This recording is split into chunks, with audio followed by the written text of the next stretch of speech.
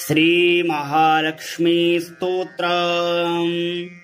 नमस्तेस्तु महामाये श्रीपीठे सुरपूजिते शङ्खचक्रगदाहस्ते महालक्ष्मी नमोऽस्तुते। नमस्ते गरुडारूढे कोलासुरभयङ्करे सर्वपापहरे देवी महालक्ष्मी नमोऽस्तुते। सर्वज्ञे सर्ववरदे देवी सर्वदुष्टभयङ्करी सर्वदुःखहरे देवी महालक्ष्मी नमोऽस्तुते। सिद्धिबुद्धिप्रदे देवी भुक्तिमुक्तिप्रदायिनी मन्त्रपूते सदा देवी महालक्ष्मी नमोऽस्तुते। आद्यन्तरहिते देवी आद्यशक्ति महेश्वरी योगजे योगसम्भूते महालक्ष्मी नमोऽस्तुते। स्थूल सूक्ष्म महारौद्रे महाशक्ति महोदरे महापापहरे देवी महालक्ष्मी नमोऽस्तुते। पद्मासन स्थिते देवी परब्रह्मस्वरूपिणी परमेशी जगन्मातर महालक्ष्मी नमोऽस्तुते। श्वेताम्बरधरे देवी नानालङ्कारभूषिते जगद्स्थिते जगन्मातर महालक्ष्मी नमोऽस्तुते। महालक्ष्म्यष्टकं स्तोत्रम् यः पठेत् भक्तिमान् नरः सर्वसिद्धिमवाप्नोति राज्यं प्राप्नोति सर्वदा। एककाले पठे नित्यं महापापविनाशनम् द्विकालं यः पठे नित्यं धनधान्यसमन्वितः त्रिकालं यः पठे नित्यं महाशत्रुविनाशनम् महालक्ष्मीर्भवे नित्यं प्रसन्ना वरदा शुभा। नमस्तेस्तु महामाये श्रीपीठे सुरपूजिते शङ्खचक्रगदाहस्ते महालक्ष्मी नमोऽस्तुते। नमस्ते गरुडारूढे कोलासुरभयङ्करे सर्वपापहरे देवी महालक्ष्मी नमोऽस्तुते। सर्वज्ञे सर्ववरदे देवी सर्वदुष्टभयङ्करी सर्वदुःखहरे देवी महालक्ष्मी नमोऽस्तुते। सिद्धिबुद्धिप्रदे देवी भुक्तिमुक्तिप्रदायिनी मन्त्रपूते सदा देवी महालक्ष्मी नमोऽस्तुते। आद्यन्तरहिते देवी आद्यशक्ति महेश्वरी योगजे योगसम्भूते महालक्ष्मी नमोऽस्तुते। स्थूल सूक्ष्म महारौद्रे महाशक्ति महोदरे महापापहरे देवी महालक्ष्मी नमोऽस्तुते। पद्मासन स्थिते देवी परब्रह्मस्वरूपिणी परमेशी जगन्मातर महालक्ष्मी नमोऽस्तुते। श्वेताम्बरधरे देवी नानालङ्कारभूषिते जगद्स्थिते जगन्मातर महालक्ष्मी नमोऽस्तुते। महालक्ष्म्यष्टकं स्तोत्रम् यः पठेत् भक्तिमान् नरः सर्वसिद्धिमवाप्नोति राज्यं प्राप्नोति सर्वदा। एककाले पठे नित्यं महापापविनाशनम् द्विकालं यः पठे नित्यं धनधान्यसमन्वितः त्रिकालं यः पठे नित्यं महाशत्रुविनाशनम् महालक्ष्मीर्भवे नित्यं प्रसन्ना वरदा शुभा। नमस्तेस्तु महामाये श्रीपीठे सुरपूजिते शङ्खचक्रगदाहस्ते महालक्ष्मी नमोऽस्तुते। नमस्ते गरुडारूढे कोलासुरभयङ्करे सर्वपापहरे देवी महालक्ष्मी नमोऽस्तुते। सर्वज्ञे सर्ववरदे देवी सर्वदुष्टभयङ्करी सर्वदुःखहरे देवी महालक्ष्मी नमोऽस्तुते। सिद्धिबुद्धिप्रदे देवी भुक्तिमुक्तिप्रदायिनी मन्त्रपूते सदा देवी महालक्ष्मी नमोऽस्तुते। आद्यन्तरहिते देवी आद्यशक्ति महेश्वरी योगजे योगसम्भूते महालक्ष्मी नमोऽस्तुते। स्थूल सूक्ष्म महारौद्रे महाशक्ति महोदरे महापापहरे देवी महालक्ष्मी नमोऽस्तुते। पद्मासन स्थिते देवी परब्रह्मस्वरूपिणी परमेशी जगन्मातर महालक्ष्मी नमोऽस्तुते। श्वेताम्बरधरे देवी नानालङ्कारभूषिते जगद्स्थिते जगन्मातर महालक्ष्मी नमोऽस्तुते। महालक्ष्म्यष्टकं स्तोत्रम् यः पठेत् भक्तिमान् नरः सर्वसिद्धिमवाप्नोति राज्यं प्राप्नोति सर्वदा। एककाले पठे नित्यं महापापविनाशनम् द्विकालं यः पठे नित्यं धनधान्यसमन्वितः त्रिकालं यः पठे नित्यं महाशत्रुविनाशनम् महालक्ष्मीर्भवे नित्यं प्रसन्ना वरदा शुभा। नमस्तेस्तु महामाये श्रीपीठे सुरपूजिते शङ्खचक्रगदाहस्ते महालक्ष्मी नमोऽस्तुते। नमस्ते गरुडारूढे कोलासुरभयङ्करे सर्वपापहरे देवी महालक्ष्मी नमोऽस्तुते। सर्वज्ञे सर्ववरदे देवी सर्वदुष्टभयङ्करी सर्वदुःखहरे देवी महालक्ष्मी नमोऽस्तुते। सिद्धिबुद्धिप्रदे देवी भुक्तिमुक्तिप्रदायिनी मन्त्रपूते सदा देवी महालक्ष्मी नमोऽस्तुते। आद्यन्तरहिते देवी आद्यशक्ति महेश्वरी योगजे योगसम्भूते महालक्ष्मी नमोऽस्तुते। स्थूल सूक्ष्म महारौद्रे महाशक्ति महोदरे महापापहरे देवी महालक्ष्मी नमोऽस्तुते। पद्मासन स्थिते देवी परब्रह्मस्वरूपिणी परमेशी जगन्मातर महालक्ष्मी नमोऽस्तुते। श्वेताम्बरधरे देवी नानालङ्कारभूषिते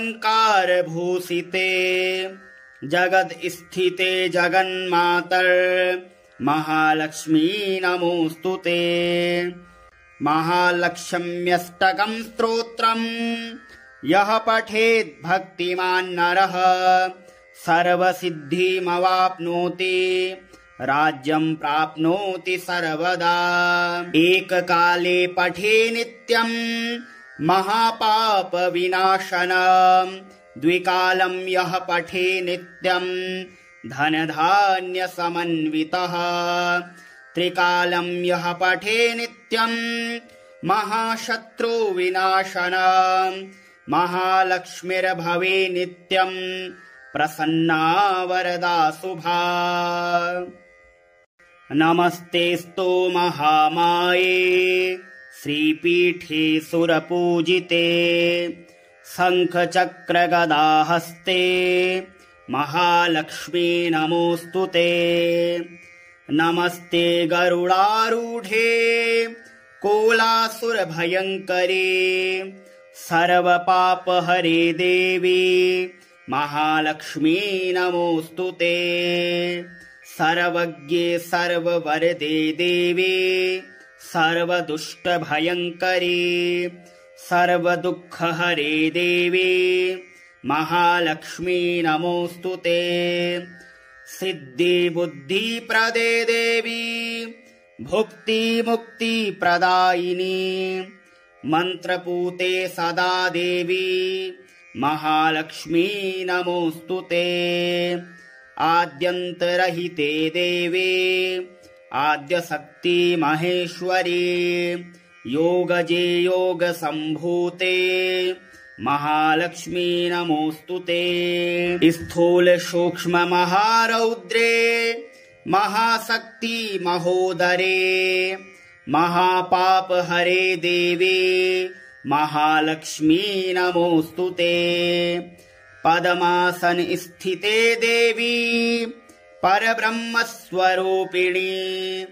परमेशी जगन्मातर महालक्ष्मी नमोऽस्तुते। श्वेताम्बरधरे देवी नानालङ्कारभूषिते जगद्स्थिते जगन्मातर महालक्ष्मी नमोऽस्तुते। महालक्ष्म्यष्टकं स्तोत्रम् यः पठेत् भक्तिमान् नरः सर्वसिद्धिमवाप्नोति राज्यं प्राप्नोति सर्वदा।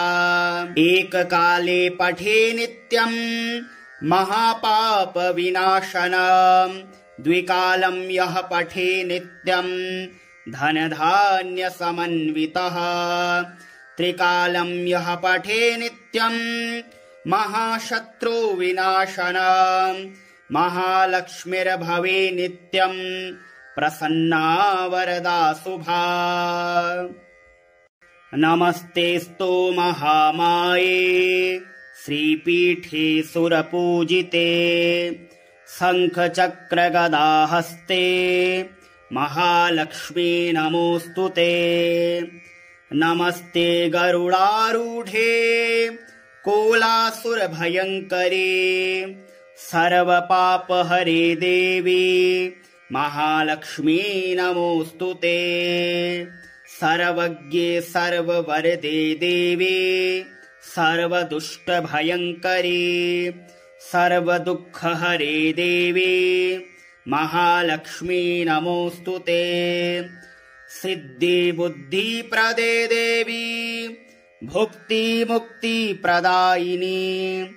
मन्त्रपूते सदा देवी महालक्ष्मी नमोऽस्तुते। आद्यन्तरहिते देवी आद्यशक्ति महेश्वरी योगजे योगसम्भूते महालक्ष्मी नमोऽस्तुते। स्थूल सूक्ष्म महारौद्रे महाशक्ति महोदरे महापापहरे देवी महालक्ष्मी नमोऽस्तुते। पद्मासन स्थिते देवी परब्रह्मस्वरूपिणी परमेशी जगन्मातर महालक्ष्मी नमोऽस्तुते। श्वेताम्बरधरे देवी नानालङ्कारभूषिते जगद्स्थिते जगन्मातर महालक्ष्मी नमोऽस्तुते। महालक्ष्म्यष्टकं स्तोत्रम् यः पठेत् भक्तिमान् नरः सर्वसिद्धिमवाप्नोति राज्यं प्राप्नोति सर्वदा। एककाले पठे नित्यं महापापविनाशनम् द्विकालं यः पठे नित्यं धनधान्यसमन्वितः त्रिकालं यः पठे नित्यं महाशत्रुविनाशनम् महालक्ष्मीर्भवे नित्यं प्रसन्ना वरदा शुभा। नमस्तेस्तु महामाये श्रीपीठे सुरपूजिते शङ्खचक्रगदाहस्ते महालक्ष्मी नमोऽस्तुते। नमस्ते गरुडारूढे कोलासुरभयङ्करे सर्वपापहरे देवी महालक्ष्मी नमोऽस्तुते। सर्वज्ञे सर्ववरदे देवी सर्वदुष्टभयङ्करी सर्वदुःखहरे देवी महालक्ष्मी नमोऽस्तुते। सिद्धिबुद्धिप्रदे देवी भुक्तिमुक्तिप्रदायिनी मन्त्रपूते सदा देवी महालक्ष्मी नमोऽस्तुते। आद्यन्तरहिते देवी आद्यशक्ति महेश्वरी योगजे योगसम्भूते महालक्ष्मी नमोऽस्तुते। स्थूल सूक्ष्म महारौद्रे महाशक्ति महोदरे महापापहरे देवी महालक्ष्मी नमोऽस्तुते। पद्मासन स्थिते देवी परब्रह्मस्वरूपिणी परमेशी जगन्मातर् महालक्ष्मी नमोऽस्तुते। श्वेताम्बरधरे देवी नानालङ्कारभूषिते जगद्स्थिते जगन्मातर् महालक्ष्मी नमोऽस्तुते। महालक्ष्म्यष्टकं स्तोत्रम् यः पठेत् भक्तिमान् नरः सर्वसिद्धिमवाप्नोति राज्यं प्राप्नोति सर्वदा। एककाले पठे नित्यं महापापविनाशनम् द्विकालं यः पठे नित्यं धनधान्यसमन्वितः त्रिकालं यः पठे नित्यं महाशत्रुविनाशनम् महालक्ष्मीर्भवे नित्यं प्रसन्ना वरदा शुभा। नमस्तेस्तु महामाये श्रीपीठे सुरपूजिते शङ्खचक्रगदाहस्ते महालक्ष्मी नमोऽस्तुते। नमस्ते गरुडारूढे कोलासुरभयङ्करे सर्वपापहरे देवी महालक्ष्मी नमोऽस्तुते। सर्वज्ञे सर्ववरदे देवी सर्वदुष्टभयङ्करी सर्वदुःखहरे देवी महालक्ष्मी नमोऽस्तुते। सिद्धिबुद्धिप्रदे देवी भुक्तिमुक्तिप्रदायिनी मन्त्रपूते सदा देवी महालक्ष्मी नमोऽस्तुते। आद्यन्तरहिते देवी आद्यशक्ति महेश्वरी योगजे योगसम्भूते महालक्ष्मी नमोऽस्तुते।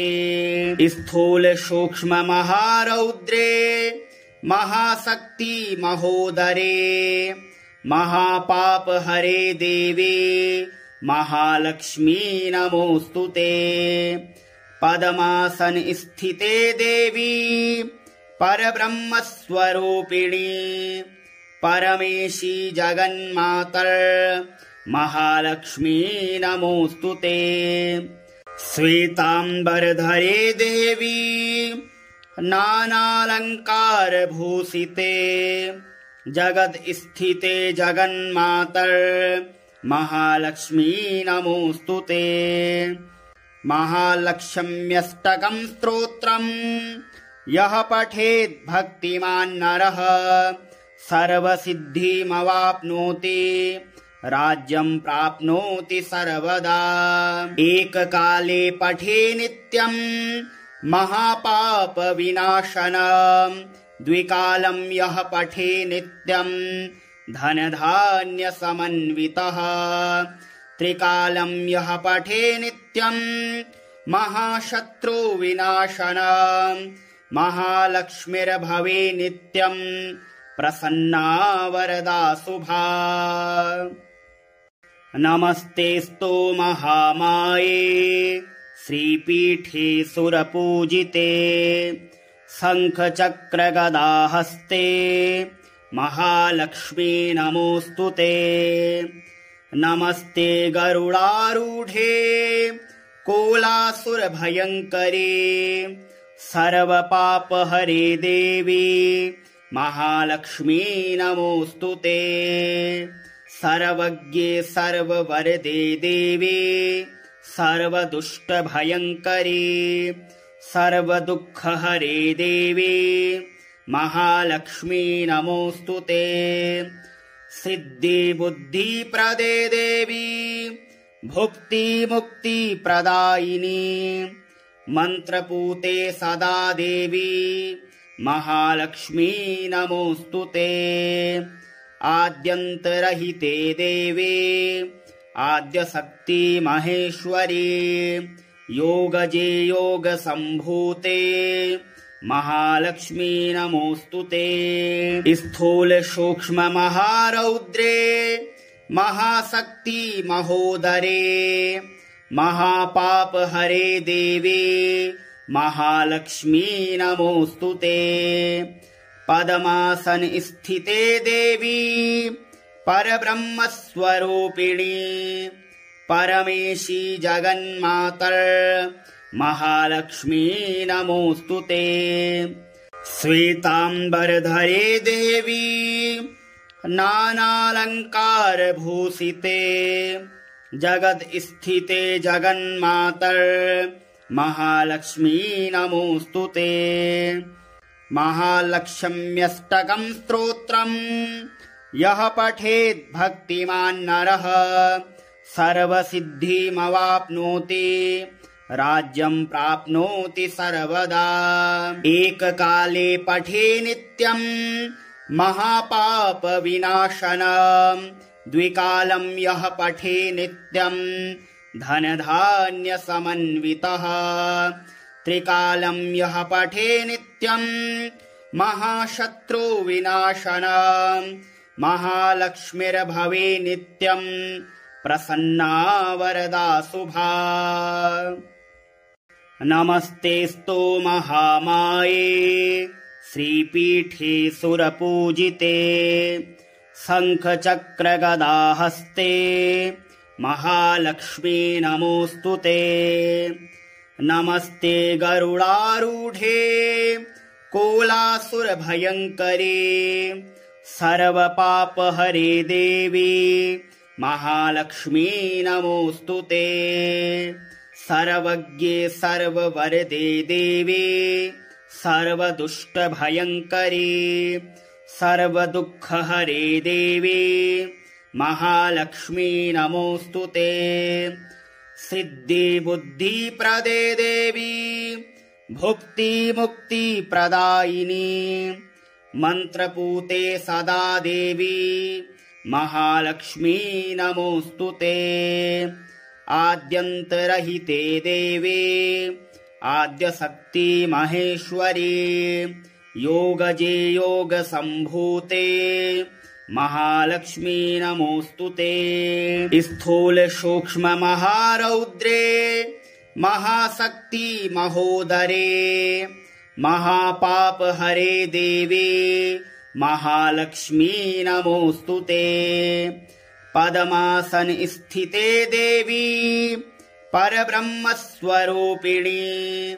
परमेशी जगन्मातर् महालक्ष्मी नमोऽस्तु ते। श्वेताम्बरधरे देवी नानालङ्कारभूषिते जगद्स्थिते जगन्मातर् महालक्ष्मी नमोऽस्तु ते। महालक्ष्म्यष्टकं स्तोत्रम् यः पठेत् भक्तिमान् नरः सर्वसिद्धिमवाप्नोति राज्यं प्राप्नोति सर्वदा। एककाले पठे नित्यं महापापविनाशनम् द्विकालं यः पठे नित्यं धनधान्यसमन्वितः त्रिकालं यः पठे नित्यं महाशत्रुविनाशनम् महालक्ष्मीर्भवे नित्यं प्रसन्ना वरदा शुभा। नमस्तेऽस्तु महामाये श्रीपीठे सुरपूजिते शङ्खचक्रगदाहस्ते महालक्ष्मी नमोऽस्तु ते। नमस्ते गरुडारूढे कोलासुरभयङ्करे सर्वपापहरे देवी महालक्ष्मी नमोऽस्तु ते। सर्वज्ञे सर्ववरदे देवी सर्वदुष्टभयङ्करी सर्वदुःखहरे देवी महालक्ष्मी नमोऽस्तु ते। सिद्धिबुद्धिप्रदे देवी भुक्तिमुक्तिप्रदायिनी मन्त्रपूते सदा देवी महालक्ष्मी नमोऽस्तु ते। आद्यन्तरहिते देवी आद्यशक्ति महेश्वरी योगजे योगसम्भूते महालक्ष्मी नमोऽस्तु ते। स्थूल सूक्ष्म महारौद्रे महाशक्ति महोदरे महापापहरे देवी महालक्ष्मी नमोऽस्तु ते। पद्मासन स्थिते देवी परब्रह्मस्वरूपिणी परमेशी जगन्मातर् महालक्ष्मी नमोऽस्तु ते। श्वेताम्बरधरे देवी नानालङ्कारभूषिते जगद्स्थिते जगन्मातर् महालक्ष्मी नमोऽस्तु ते। महालक्ष्म्यष्टकं स्तोत्रम् यः पठेत् भक्तिमान् नरः सर्वसिद्धिमवाप्नोति राज्यं प्राप्नोति सर्वदा।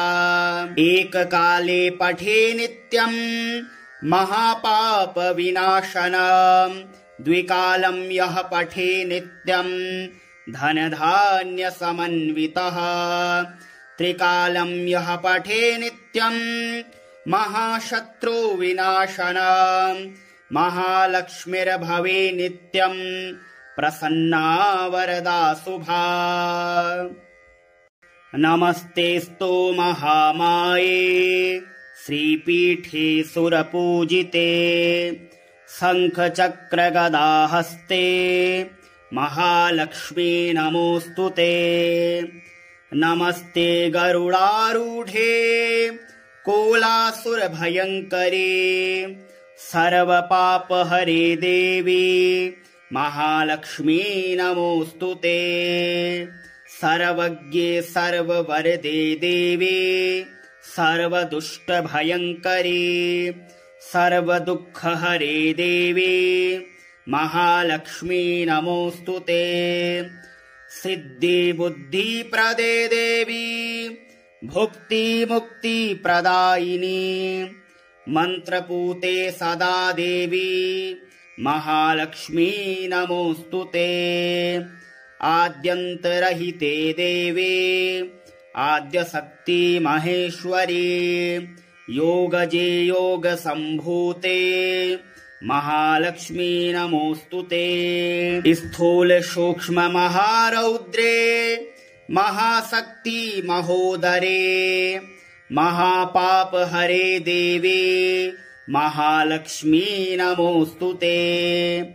पद्मासन स्थिते देवी परब्रह्मस्वरूपिणी परमेशी जगन्मातर् महालक्ष्मी नमोऽस्तुते।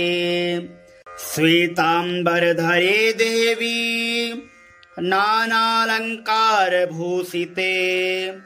जगद्स्थिते जगन्मातर् महालक्ष्मी नमोऽस्तुते। महालक्ष्म्यष्टकं स्तोत्रम् यः पठेत् भक्तिमान् नरः सर्वसिद्धिमवाप्नोति राज्यं प्राप्नोति सर्वदा। एककाले पठे नित्यं महापापविनाशनम् द्विकालं यः पठे नित्यं धनधान्यसमन्वितः त्रिकालं यः पठे नित्यं महाशत्रुविनाशनम् महालक्ष्मीर्भवे नित्यं प्रसन्ना वरदा शुभा। नमस्तेऽस्तु महामाये श्रीपीठे सुरपूजिते शङ्खचक्रगदाहस्ते महालक्ष्मी नमोऽस्तुते। नमस्ते गरुडारूढे कोलासुरभयङ्करे सर्वपापहरे देवी महालक्ष्मी नमोऽस्तुते। सर्वज्ञे सर्ववरदे देवी सर्वदुष्टभयङ्करी सर्वदुःखहरे देवी महालक्ष्मी नमोऽस्तुते। सिद्धिबुद्धिप्रदे देवी भुक्तिमुक्तिप्रदायिनी मन्त्रपूते सदा देवी महालक्ष्मी नमोऽस्तुते।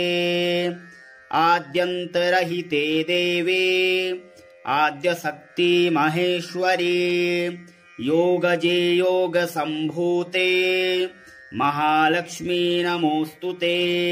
स्थूल सूक्ष्म महारौद्रे महाशक्ति महोदरे महापापहरे देवी महालक्ष्मी नमोऽस्तुते। पद्मासन स्थिते देवी परब्रह्मस्वरूपिणी परमेशी जगन्मातर् महालक्ष्मी नमोऽस्तुते। श्वेताम्बरधरे देवी नानालङ्कारभूषिते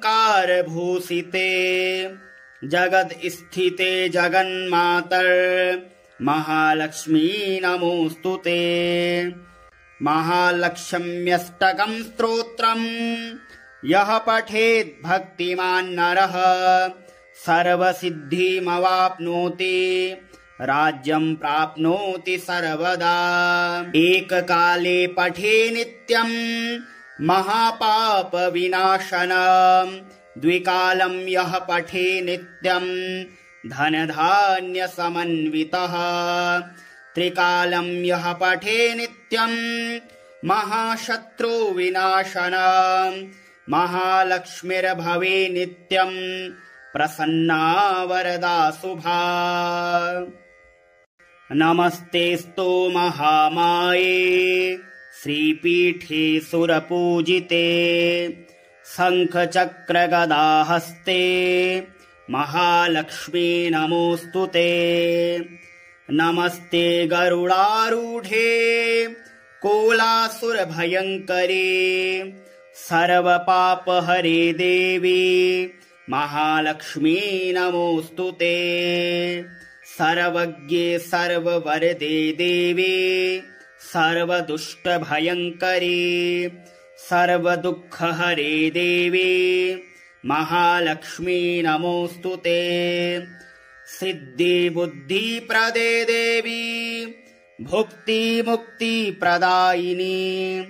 मन्त्रपूते सदा देवी महालक्ष्मी नमोऽस्तुते।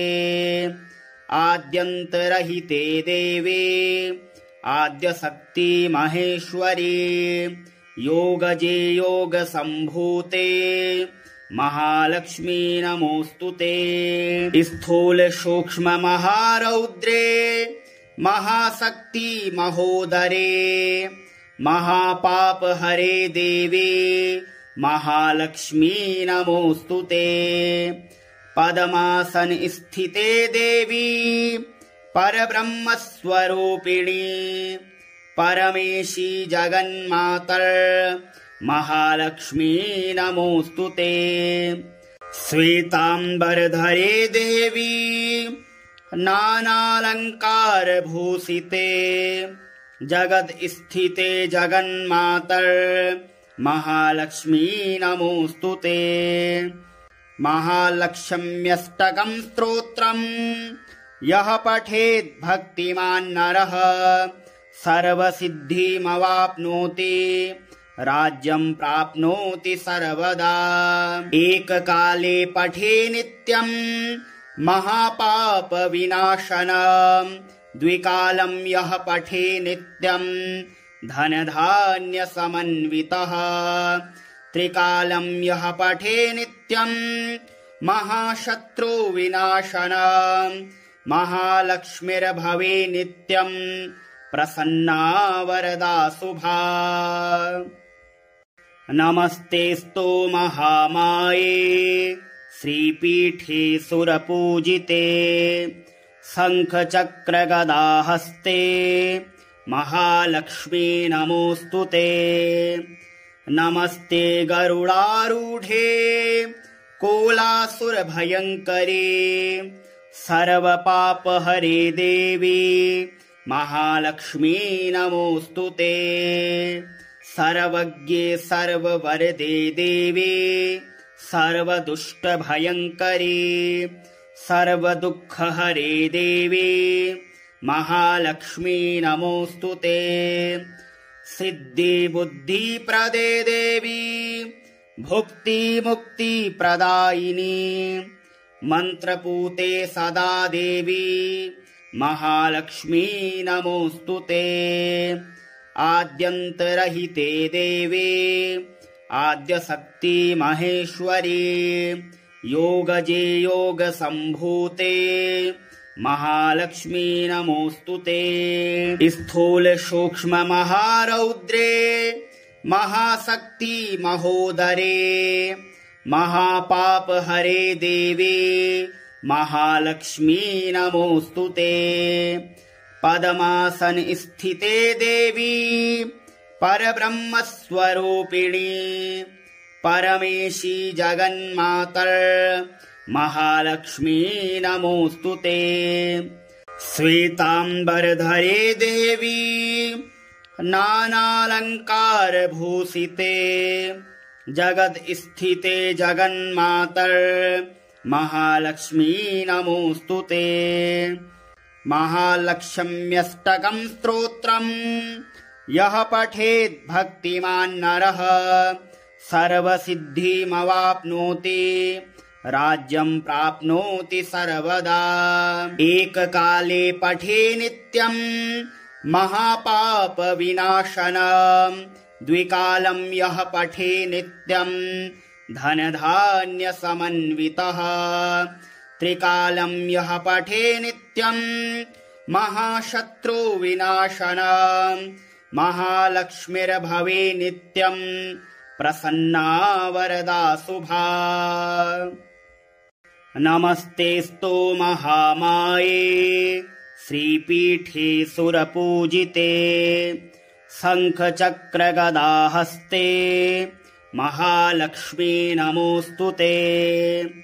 नमस्ते गरुडारूढे कोलासुरभयङ्करे सर्वपापहरे देवी महालक्ष्मी नमोऽस्तुते। सर्वज्ञे सर्ववरदे देवी सर्वदुष्टभयङ्करी सर्वदुःखहरे देवी महालक्ष्मी नमोऽस्तुते। सिद्धिबुद्धिप्रदे देवी भुक्तिमुक्तिप्रदायिनी मन्त्रपूते सदा देवी महालक्ष्मी नमोऽस्तुते। आद्यन्तरहिते देवी आद्यशक्ति महेश्वरी योगजे योगसम्भूते महालक्ष्मी नमोऽस्तु ते। स्थूल सूक्ष्म महारौद्रे महाशक्ति महोदरे महापाप हरे देवी महालक्ष्मी नमोऽस्तु ते। पद्मासन स्थिते देवी परब्रह्म स्वरूपिणी परमेशी जगन्मातर महालक्ष्मी नमोऽस्तु ते। श्वेतांबरधरे देवी नानालंकार भूषिते जगद स्थिते जगन्मातर महालक्ष्मी नमोऽस्तु ते।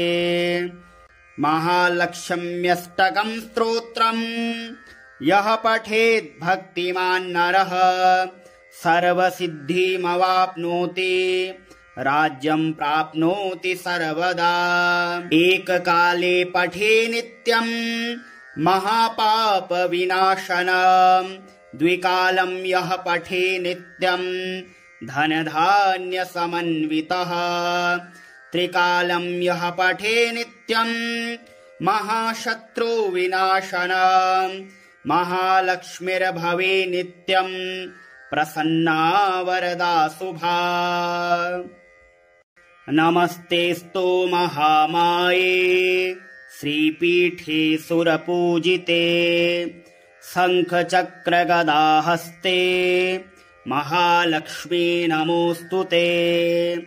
नमस्ते गरुडारूढे कोलासुरभयङ्करे सर्वपापहरे देवी महालक्ष्मी नमोऽस्तु ते। सर्वज्ञे सर्ववरदे देवी सर्वदुष्टभयङ्करी सर्वदुःखहरे देवी महालक्ष्मी नमोऽस्तु ते। सिद्धिबुद्धिप्रदे देवी भुक्तिमुक्तिप्रदायिनी मन्त्रपूते सदा देवी महालक्ष्मी नमोऽस्तु ते। आद्यन्तरहिते देवी आद्यशक्ति महेश्वरी योगजे योगसम्भूते महालक्ष्मी नमोऽस्तु ते। स्थूल सूक्ष्म महारौद्रे महाशक्ति महोदरे महापाप हरे देवी महालक्ष्मी नमोऽस्तु ते। पद्मासन स्थिते देवी परब्रह्म स्वरूपिणी परमेशी जगन्मातर महालक्ष्मी नमोऽस्तु ते। श्वेतांबरधरे देवी नानालंकार भूषिते जगद स्थिते जगन्मातर महालक्ष्मी नमोऽस्तु ते। महालक्ष्म्यष्टकं स्तोत्रम् यः पठेत् भक्तिमान् नरः सर्वसिद्धिमवाप्नोति राज्यं प्राप्नोति सर्वदा। एककाले पठे नित्यं महापाप विनाशनम् द्विकालं यः पठे नित्यं धनधान्य समन्वितः त्रिकालं यः पठे नित्यं महाशत्रु विनाशनम् महालक्ष्मीर्भवे नित्यं प्रसन्ना वरदा शुभा। नमस्तेस्तु महामाये श्रीपीठे सुरपूजिते शङ्खचक्रगदाहस्ते महालक्ष्मी नमोऽस्तु ते। नमस्ते गरुडारूढे कोलासुरभयङ्करे सर्वपापहरे देवी महालक्ष्मी नमोऽस्तु ते। सर्वज्ञे सर्ववरदे देवी सर्वदुष्टभयङ्करी सर्वदुःखहरे देवी महालक्ष्मी नमोऽस्तु ते। सिद्धिबुद्धिप्रदे देवी भुक्तिमुक्तिप्रदायिनी मन्त्रपूते सदा देवी महालक्ष्मी नमोऽस्तु ते। आद्यन्तरहिते देवे आद्यशक्ति महेश्वरी योगजे योगसम्भूते महालक्ष्मी नमोऽस्तुते। स्थूल सूक्ष्म महारौद्रे महाशक्ति महोदरे महापाप हरे देवी महालक्ष्मी नमोऽस्तुते। पद्मासन स्थिते देवी परब्रह्मस्वरूपिणी परमेशी जगन्मातर महालक्ष्मी नमोऽस्तुते। श्वेतांबरधरे देवी नानालंकार भूषिते जगद स्थिते जगन्मातर महालक्ष्मी नमोऽस्तुते। महालक्ष्म्यष्टकं स्तोत्रम् यः पठेत् भक्तिमान् नरः सर्वसिद्धिमवाप्नोति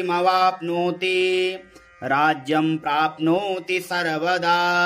एककाले पठे नित्यं महापाप विनाशनम् द्विकालं यः पठे नित्यं धनधान्य समन्वितः त्रिकालं यः पठे नित्यं महाशत्रु विनाशनम् महालक्ष्मीर्भवे नित्यं प्रसन्ना वरदा शुभा। नमस्तेस्तु महामाये श्रीपीठे सुरपूजिते शङ्खचक्रगदाहस्ते महालक्ष्मी नमोऽस्तुते। नमस्ते गरुडारूढे कोलासुरभयङ्करे सर्वपापहरे देवी महालक्ष्मी नमोऽस्तुते। सर्वज्ञे सर्ववरदे देवी सर्वदुष्टभयङ्करी सर्वदुःखहरे देवी महालक्ष्मी नमोऽस्तुते। सिद्धिबुद्धिप्रदे देवी भुक्तिमुक्तिप्रदायिनी मन्त्रपूते सदा देवी महालक्ष्मी नमोऽस्तुते। आद्यन्तरहिते देवी आद्यशक्ति महेश्वरी योगजे योगसम्भूते महालक्ष्मी नमोऽस्तुते। स्थूल सूक्ष्म महारौद्रे महाशक्ति महोदरे महापाप हरे देवी महालक्ष्मी नमोऽस्तुते। पद्मासन स्थिते देवी परब्रह्मस्वरूपिणी परमेशी जगन्मातर महालक्ष्मी नमोऽस्तुते। श्वेतांबरधरे देवी नानालंकार भूषिते जगद स्थिते जगन्मातर महालक्ष्मी नमोऽस्तुते। महालक्ष्म्यष्टकं स्तोत्रम् यः पठेत् भक्तिमान् नरः सर्वसिद्धिमवाप्नोति राज्यं प्राप्नोति सर्वदा। एककाले पठे नित्यं महापाप विनाशनम् द्विकालं यः पठे नित्यं धनधान्य समन्वितः त्रिकालं यः पठे नित्यं महाशत्रु विनाशनम् महालक्ष्मीर्भवे नित्यं प्रसन्ना वरदा शुभा। नमस्तेस्तु महामाये श्रीपीठे सुरपूजिते शङ्खचक्रगदाहस्ते महालक्ष्मी नमोऽस्तुते। नमस्ते गरुडारूढे कोलासुरभयङ्करे सर्वपापहरे देवी महालक्ष्मी नमोऽस्तुते। सर्वज्ञे सर्ववरदे देवी सर्वदुष्टभयङ्करी सर्वदुःखहरे देवी महालक्ष्मी नमोऽस्तुते। सिद्धिबुद्धिप्रदे देवी भुक्तिमुक्तिप्रदायिनी मन्त्रपूते सदा देवी महालक्ष्मी नमोऽस्तुते। आद्यन्तरहिते देवे आद्यशक्ति महेश्वरी योगजे योगसम्भूते महालक्ष्मी नमोऽस्तुते।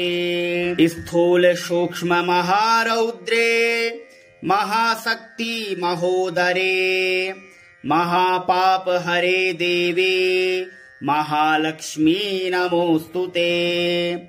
पद्मासन स्थिते देवी परब्रह्मस्वरूपिणी परमेशी जगन्मातर महालक्ष्मी नमोऽस्तुते। श्वेताम्बरधरे देवी नानालङ्कारभूषिते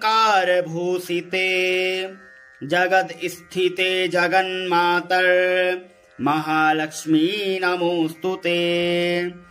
महालक्ष्म्यष्टकं स्तोत्रम् यः पठेत् भक्तिमान् नरः सर्वसिद्धिमवाप्नोति राज्यं प्राप्नोति सर्वदा।